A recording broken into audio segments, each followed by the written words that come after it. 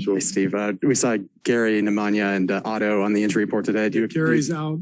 Andre's out. Everybody else is in. And there was a report today that Clay has been fully cleared to return to practice. Are you able to confirm that and offer any more details there? Yeah, nobody has told me that, so I don't know where that came from. Steve, did Andre get an MRI? Do we know any more about what's going on? No. Yeah. So it's right now, it's just soreness right now? Soreness? Yeah. Regarding Gary, hernia recovery, will this be an ongoing recovery? What is he managing right now? I guess he's feeling a little sore from that injury he had in preseason, so it's really precautionary just to hold him out tonight. He was questionable, and Rick feels more comfortable giving him rest, and then obviously we have 2 days before the next game, so just being cautious. The Raptors rookie, Scotty Barnes, played on opening night. He's getting 35 minutes a game. In contrast, Jonathan Kuminga is playing about 8 or 9 minutes a night. He said his job is to defend and to rebound right now. When it comes to JK, what do you think about being able to take a more conservative approach with his development? Well, I mean, development is not necessarily just playing time. So, we're trying to teach him everything that he needs to learn. And when he needs more time, we're going to send him to Santa Cruz and get him more minutes. And we'll continue to give him spot minutes here, especially as he continues to play well in practice. And so it's all part of our circumstances and JK's circumstances. The rookies around him are all in different circumstances of their own, and each team has to manage their own player their own way. Hey, Steve. Michael Grange from Sportsnet. Hope you're well. Good to see you again. See you. Yeah. I think I know the answer to this, but I'm suspecting Steph Curry, like there's no defensive approach that he hasn't seen at this stage, or that is there anything where you feel you need to prepare him for stuff, or is he just kind of so intuitive at this point that he can see it almost before you could ever kind of point it out to him? Yeah, I mean, if we feel like something might be coming, we'll point it out. I think Nick has always been very innovative.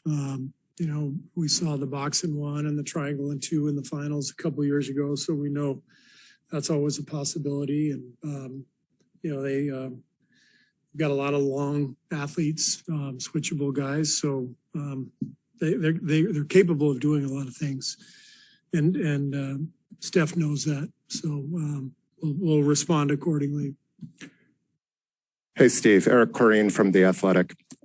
Your offense is obviously very specialized and, if not unique, close to unique. The Raptors defense, in terms of their aggressiveness, you could say the same thing. So when you're doing something that isn't necessarily traditional or the way things are being done around the league, what is most important? Is it the talent? Is it the buy-in? Is it how you instruct?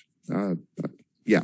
Well, talent is always the number one factor in the NBA, for sure. The reason we play the way we do is because it fits our talent, and Steph is a very unique player. Draymond's a very unique player. So if I were to install a sort of standard NBA offense, it wouldn't make sense for our group. So, we just try to do what gives us the best chance to win, and every coach tries to do that, I think, based on the talent. But talent's number one when it comes to your ability to win and form an identity. Hi, Coach. Amy Otterberg with the Raptors broadcast. What pops up in your mind first when you think of the Steph and Fred head-to-head matchup? Well, the finals for sure. Just the fact that there's a history there, and I think Fred has established himself, as a guy who wasn't drafted.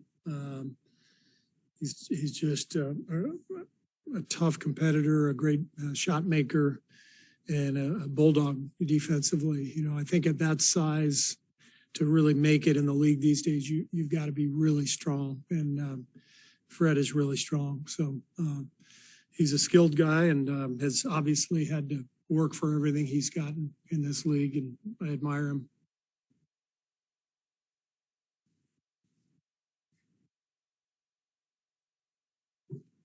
Steve, you've talked a little bit about what you expect when Clay comes back in terms of, playing time and off nights and stuff like that.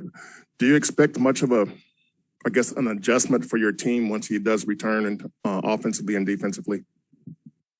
Not too much, given that Clay's been here such a long time, and the team is built around Steph and Draymond, and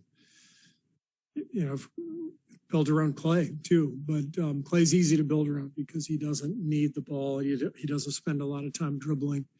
He's really moving off the ball, which fits perfectly with what we do anyway.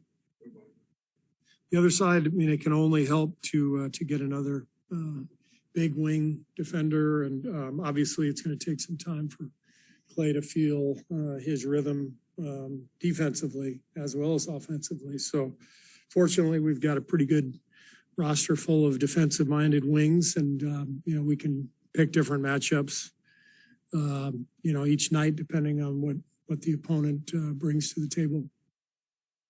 What do you hope the future holds for Luke Walton?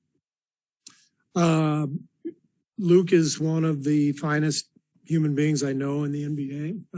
He's smart, he's humble, he's collaborative, he's everything you would want in a coach. That's why I asked him to be an assistant coach here years ago.